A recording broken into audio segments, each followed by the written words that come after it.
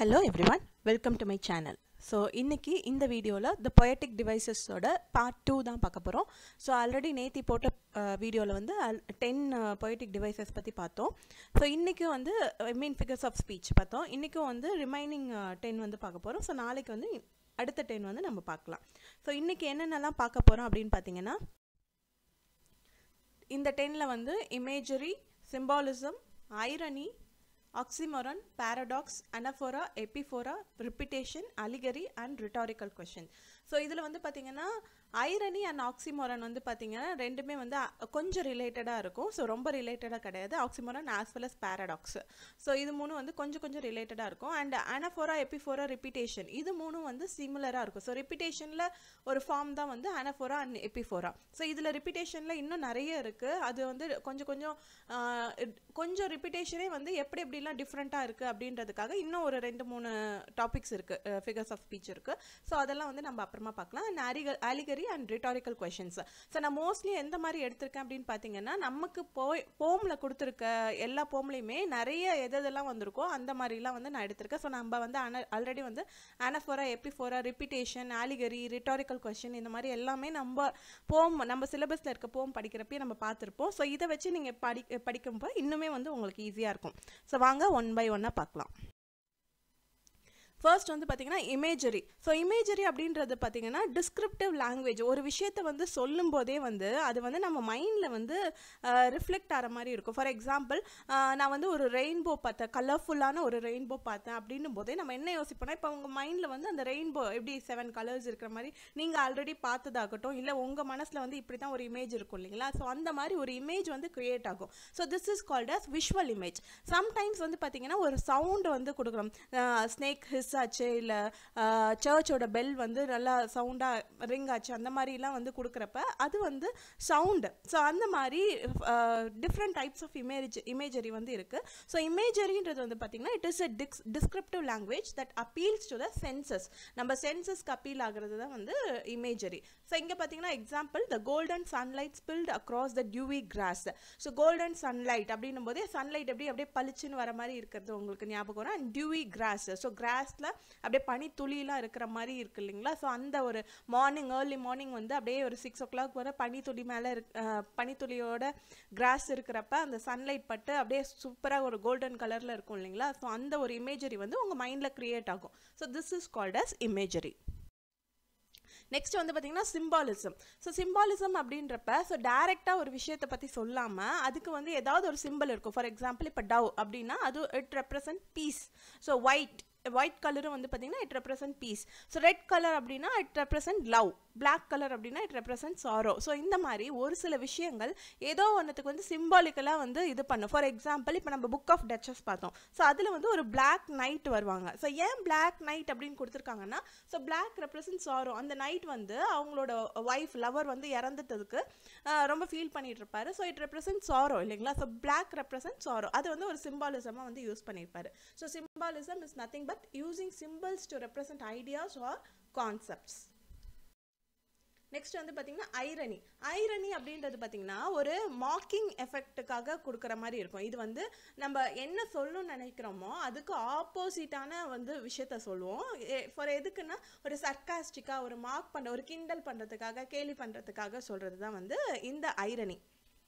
For example ஒரு பையனே இருக்காங்கன்னு வச்சுக்கோங்களேன். ஸோ நார்மலாக ஒரு பையன் இருக்காங்க, அவங்க வந்து கம்மி மார்க் தான் எடுக்கிறாங்க, 20 மார்க் 30 மார்க்ஸ் எடுத்துகிட்டு இருக்காங்க அப்படின்னு அவங்க படிக்கிறப்ப வந்து யாராவது என்ன சொல்லுவாங்க, 100 மார்க்ஸ் எடுத்துகிறப்போ அப்படின்ற மாதிரி சொன்னாங்கன்னு வச்சுக்கோங்களேன். That is called as irony. So ஏன்னா அவன் படிக்கிறது வந்து கொஞ்சம் கம்மியாக தான் படிச்சுட்டு இருக்கான், பட் அவனை வந்து 100 மார்க் எடுத்துகிட்டு போ. ஸோ இது வந்து இட் இஸ் நாட் தட் அவங்கள வந்து அப்ரிஷியேட் பண்ணுறதுக்காகவோ இது பண்ணுறதுக்காகவோ இல்லை, தட் இஸ் சர்க்காஸ்டிக்காக வந்து அவங்கள கலாய்க்கிறாங்க.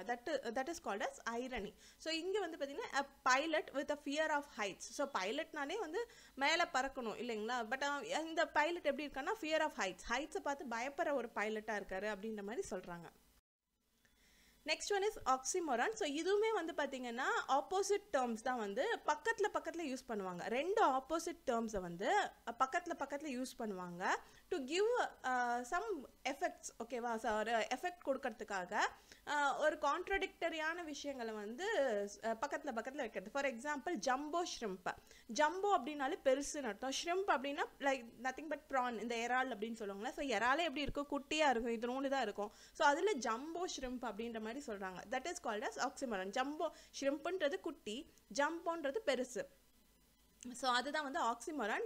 இது எதுக்குன்னா ஒரு எஃபெக்ட், அந்த ஷ்ரிம்ப் எப்படி இருக்கிறதுலே இது எப்படி பெருசாக இருக்குன்ற ஒரு எஃபெக்டை கொடுக்கறதுக்காக.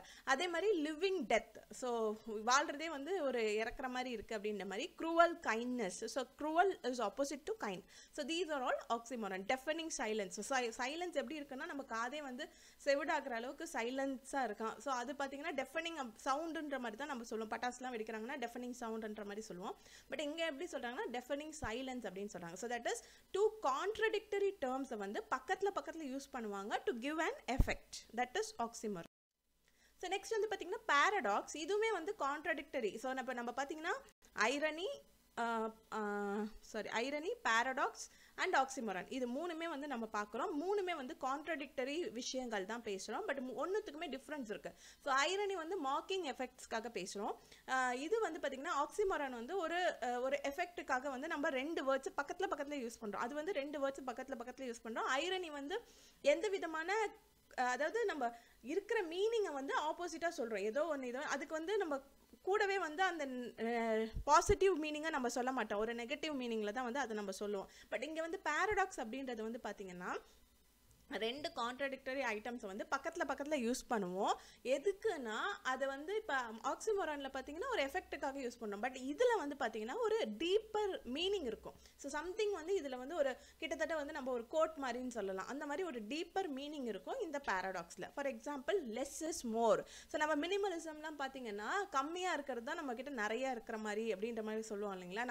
நம்ம வந்து கம்மியாக வச்சுருக்கவங்க தான் ரொம்ப நிறைய பணக்காரங்க அப்படின்ற மாதிரி சொல்லுவோம். நமக்கு எது தேவையானதோ அதை மட்டும் பார்த்து வச்சுக்கணும், கண்டதை எல்லாத்தையுமே வாங்கி வைக்கக்கூடாதுன்ற மாதிரி சொல்லுவாங்க. So that is less is more. So எப்படி கம்மியாக இருக்கிறது மோர் ஆகும், அதே மாதிரி you have to spend money to make money. Money make பண்ணுறதுக்கு எப்படி ஸ்பெண்ட் பண்ணால் மணி மேக் பண்ண. ஆனால் நீங்கள் யோசிச்சு பார்த்தீங்கன்னா அதில் இருக்க உண்மை வந்து புரியும் உங்களுக்கு. The beginning of the end. So பிகினிங்கும் எண்டும் that is contradictory to each other.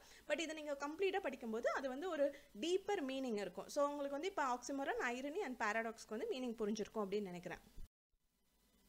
Next வந்து பார்த்தீங்கன்னா அனஃபோரா. ஸோ இதில் வந்து அனஃபோரா, எபிஃபோரா, ரிப்பிட்டேஷன்.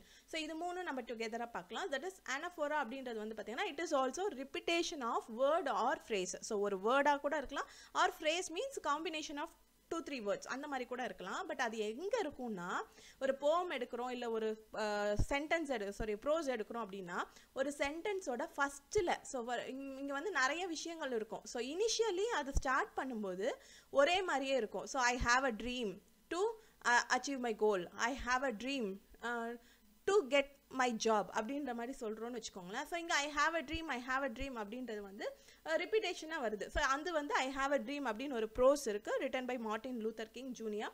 ஸோ அதை வந்து ஒரு எக்ஸாம்பிளாக கொடுத்துருக்காங்க. ஸோ நாம் வந்து அனஃபோரா அப்படின்ற ஒரு விஷயத்தை வந்து ஒரு போமில் வந்து பார்த்தோம். அது எந்த போம்னு உங்களுக்கு ஞாபகம் இருந்ததுன்னா கமெண்ட்டில் சொல்லுங்கள். நெக்ஸ்ட் எபிஃபோரா அப்படின்றது வந்து பார்த்தீங்கன்னா அதே ரிப்பீட்டேஷன் தான். பட் நம்ம இங்கே என்ன சொல்கிறோன்னா at the end of the sentence or line. ஓகேங்களா. ஸோ நம்ம அனஃபோராவில் என்ன பார்த்தோம், பிகினிங்கில் பார்த்தோம். பட் எபிஃபோரா வந்து எண்டில் பார்த்துக்கோம். ஸோ இங்கே பார்த்தீங்கன்னா see no evil, hear no evil, speak no evil. So இங்கே no evil அப்படின்றது வந்து பார்த்தீங்கன்னா எண்ட் ஆஃப் த ஃப்ரேஸ். இந்த எண்ட் ஆஃப் த ஃப்ரேஸில் வந்து ரிப்பீட்டேஷன் ஆயிருக்கு. ஸோ பிகினிங்கில் வந்து see, hear, speak அப்படின்னு 3 டிஃப்ரெண்ட் வேர்ட்ஸ் இருக்குது. பட் எண்டில் வந்து பார்த்தீங்கன்னா ஒரே வேர்ட்ஸ் தான் இருக்குது. This is called as எபிஃபோரா. So anaphora repetition at the beginning, எபிஃபோரா repetition at the end. இது வந்து வேர்டாக இருக்கலாம், இல்லை ஃப்ரேஸாக இருக்கலாம். Next it is repetition. So repetition அப்படின்னும் போது இது பிகினிங்கில் இருக்கணும், எண்டில் இருக்கணும், இல்லை இத்தனை தடவை வரணும் அப்படின்ற மாதிரிலாம் கிடையாது. ஃபார் எக்ஸாம்பிள் நம்ம மெண்டிங் வாலில் பார்த்தோன்னா வால் அப்படின்ற வேர்டை வந்து ரிப்பீட் பண்ணிகிட்டே இருந்தார். பட் எதுவும் ஒரு சர்டைனான ஒரு இது கிடையாது, ஒரு ஃபர்ஸ்ட்டில் வரும் இல்லை லாஸ்ட்டில் வரும் அப்படின்ற மாதிரி கிடையாது. எங்கெங்கெல்லாம் யூஸ் பண்ண முடியுமோ அங்கங்கெல்லாம் யூஸ் பண்ணிட்டு இருந்தார். That is called as repetition. So that இங்கே வந்து பார்த்தீங்கன்னா அலோன் ஆல் அலோன். ஸோ இங்கே வந்து அலோன் 4 டைம் யூஸ் பண்ணியிருக்காரு ஒரே சென்டென்ஸில்.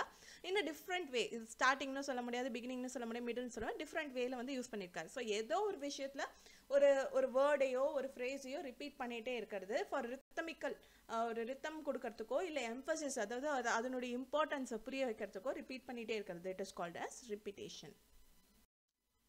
நெக்ஸ்ட் வந்து பார்த்தீங்கன்னா alleggory. ஸோ alleggory அப்படின்றது பார்த்தீங்கன்னா it is a narrative in which characters and event symbolise broader concepts. ஒரு ஸ்டோரி இருக்குன்னு வச்சுக்கோங்களேன், அதில் மேலோட்டமாக படிக்கிறப்ப ஒரு விதமான மீனிங் தரும், அது உள்ளுக்குள்ளே டீப்பராக நீங்கள் படிக்கிறப்ப இன்னொரு மீனிங், ஸோ டிஃப்ரெண்ட் மீனிங் மாதிரி தரும். So that is called as alleggory. So இந்த இதில் பார்த்தீங்கன்னா நம்ம பில்கிரிம்ஸ் ப்ராக்ரஸ் அப்படின்ற ஒரு நாவலும் இருக்குது நமக்கு. ஸோ அது வந்து பார்த்திங்கன்னா அலிகரிக்கல் நாவல் அப்படின்ற மாதிரி சொல்லலாம். ஸோ அதில் இருக்க கேரக்டர்ஸ் எல்லாமே வந்து பார்த்திங்கன்னா ஒரு அந்த கேரக்டரோட ஒரு இதை சொல்கிற மாதிரியே இருக்கும். ஸோ கேரக்டர் ஆகட்டும், அதில் இருக்க பிளேசஸ் ஆகட்டும், எல்லாமே வந்து அலிகரிக்கலாக நிறைய விஷயங்களை வந்து மீன் பண்ணும். So which he has taken reference from Bible. So அதாவது மேலோட்டமாக ஒரு படிக்கிறப்ப ஒரு இதாக இருக்கும், பட் டீப்பராக வந்து இன்னொரு மீனிங் இருக்கும். That is called as alleggory. Next rhetorical question. So இது ரிட்டாரிக்கல் கொஸ்டின் அப்படின்னும் போதே நமக்கு தெரியும் இட் இஸ் கொஸ்டின். பட் நார்மலாக வந்து நம்ம கொஸ்டின்னால என்ன சொல்லுவோம், ஒரு கொஸ்டின் கேட்குறாங்க அப்படின்னா we will try to give answer. But இந்த ரிட்டாரிக்கல் கொஸ்டின் அப்படின்னும் போது இதுக்கு வந்து நம்ம ஆன்சர் சொல்ல முடியாது. அதாவது எதுக்குன்னா ஒரு எஃபெக்ட்டுக்காக கேட்கறது, நம்ம அதாவது சொல்ல வரதும் வந்து அந்த கொஸ்டின்லேயே இருக்கும். So who doesn't want to be happy, யாராவது ஹாப்பியாக இருக்க வேணாம்னு நினைப்பாங்களா அப்படின்ற மாதிரி கேட்குறது வந்து அது ஒரு ரிட்டாரிக்கல் கொஸ்டின். கம்ஸ் இந்த போம் ஆர் ப்ரோஸ் எதில் வேணால் வரலாம். ஸோ இதுக்கு வந்து பார்த்திங்கன்னா ஒரு ஆன்சர் மாதிரி நம்ம கொடுக்க தேவையில்லை, அது ஒரு எஃபெக்ட்டுக்காக. ஆமாம் இல்லை, நம்ம மனசுலேயே நினச்சிக்குவோம், ஆமாம் இல்லை யாராவது நினைப்பாங்களா அப்படின்ற மாதிரி நம்ம நினச்சிக்குவோம். நம்ம ஆன்சர் மாதிரி கொடுக்கணுன்ற அவசியம் கிடையாது. இதுக்கு சம்டைம்ஸ் வந்து அதுலேயே வந்து கீழே ஆன்சர் கொடுத்து அது வந்து ரிப்பீட் பண்ணி ஆன்சர் கொடுத்துருந்துருப்பாங்க. அந்த மாதிரியும் ஒரு சில போம்ஸ்லாம் இருக்குது. So this is for today. So இன்றைக்கி நம்ம என்னென்னலாம் பார்த்தோம் அப்படின்னு பார்த்தீங்கன்னா imagery, symbolism. So imagery means that is நம்ம அது படிக்கிறப்பே நம்ம விஷுவலி ஆர் நமக்கு சவுண்டு மாதிரி ஏதோ ஒன்று வந்து நமக்கு வந்து மைண்டில் வந்து நமக்கு க்ரியேட் ஆகுது. That is imagery. Symbolism is நம்ம அந்த ஏதாவது ஒரு சிம்பிளை யூஸ் பண்ணி நம்ம வந்து ஒரு விஷயத்தை வந்து கான்செப்டாவோ ஐடியாவையோ சொல்ல நினைக்கிறது. And irony, oxymoron, paradox, that is contrasting things வந்து யூஸ் பண்ணி பர்டிகுலர் விஷயத்துக்காக சொல்கிறது. Anaphora, epiphora, repetition, it is repetition in different forms. And alleggory, rhetorical question. So இது எல்லாத்தையும் வந்து நம்ம இன்றைக்கி பார்த்துருக்கோம். ஸோ இன்றைக்கி பார்த்த வீடியோ உங்களுக்கு கண்டிப்பாக பிடிச்சிருக்கும்னு நினைக்கிறேன். பிடிச்சிருந்தா please like, share, subscribe and don't forget to comment. Thank you.